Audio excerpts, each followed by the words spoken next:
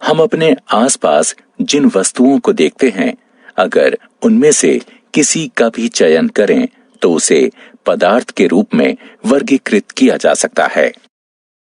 विस्तृत रूप में कहें तो जिन वस्तुओं को हम अपनी इंद्रियों से देख या अनुभव कर सकते हैं, उन्हें पदार्थ के रूप में वर्गीकृत किया जा सकता है। अतः हम कह सकते हैं कि हर वैसी वस्तु जो स्थान घेरती है और जिसका अपना द्रव्यमान होता है, पदार्थ है। केक का टुकड़ा, पत्थर, किताब, दूध, गुब्बारे आदि सभी स्थान घेरते हैं और सबका अपना द्रव्यमान होता है। इन्हें पदार्थ के रूप में वर्गीकृत किया जा सकता है।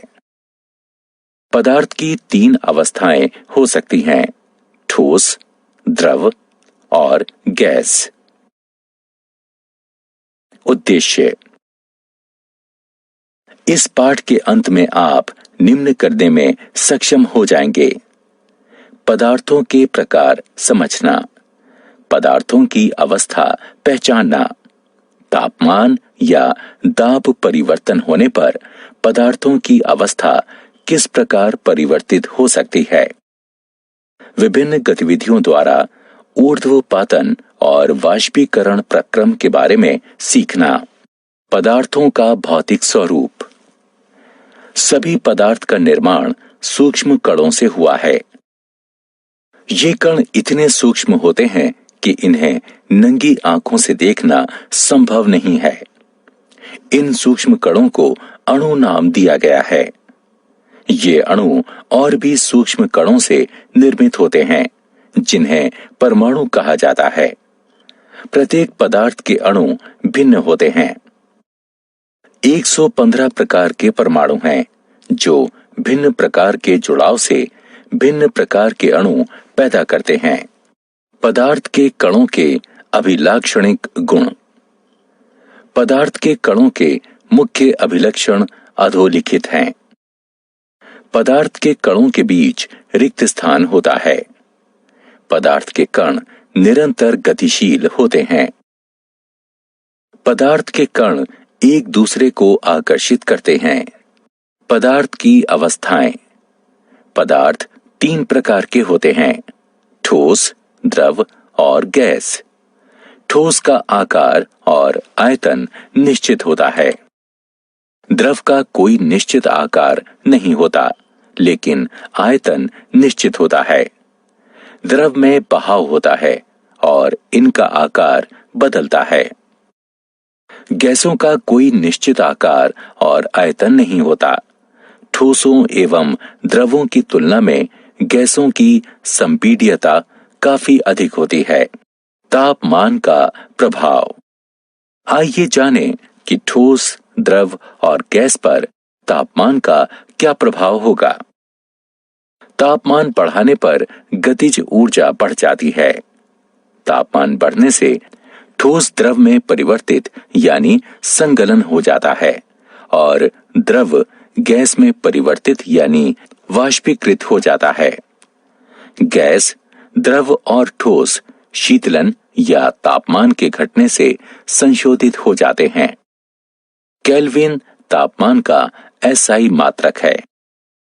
दाब का प्रभाव। पदार्थ के ठोस, द्रव और गैस अवस्थाओं पर दाब परिवर्तन का उल्लेखनीय प्रभाव पड़ता है। दाब बढ़ाने से गैस द्रव में परिवर्तित हो सकती है। इस प्रक्रम को संघनन कहते हैं। दाब बढ़ाकर द्रव को ठोस में परिवर्तित किया जा सकता है। इस प्रक्रम को ऊर्ध्वपातन कहते हैं। इन अवस्थाओं को शीतलन से या तापमान को घटाकर पुनः परिवर्तित किया जा सकता है। क्या आप जानते हैं, हमारे ब्रह्मांड में कुल मिलाकर पदार्थों की 7 अवस्थाएं हैं। गैस से ऊपर पदार्थ की चौथी अवस्था प्लाज्मा है। प्लाज्मा आयनित गैस है। ये एक ऐसी गैस है जिसे एक बिंदु तक अत्यधिक गर्म करने पर इसके कुछ इलेक्ट्रॉन अपने केंद्रकों से टूटकर दूसरे केंद्रकों से जुड़ जाते हैं। तारे प्लाज्मा से बने हैं और आग प्लाज्मा है। प्लाज्मा से ऊपर पदार्थ की पांचवी अवस्था किरण है। किरण और दूसरी पदार्थ की 4 अवस्थाओं में अंतर यह है कि ठोस, द्रव्य, गैस और प्लाज्मा के कण हर दिशा में गति करते हैं, जबकि किरण के कण तालमेल से एक दिशा में गति करते हैं।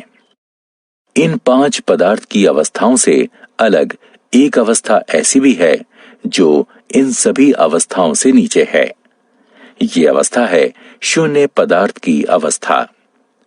शून्य पदार्थ की अवस्था BEC या बोस-आइंस्टीन कॉन्डेंसेट के नाम से जानी जाती है। यह सबसे ज्यादा संघनित सभी पदार्थों का संघनन है। सारांश। आइए हमने जो कुछ सीखा है उसे संक्षेप में दोहराएं। सभी पदार्थ सूक्ष्म कणों से निर्मित हैं। अणु का निर्माण अति सूक्ष्म कणों से होता है, जिसे परमाणु कहते हैं। पदार्थ 3 प्रकार के होते हैं: ठोस, द्रव और गैस। ठोस का निश्चित आकार और आयतन होता है। द्रव का आयतन निश्चित और आकार अनिश्चित होता है। गैस का ना तो आकार निश्चित होता है और ना ही आयतन। तापमान की SI इकाई केल्विन है। दबाव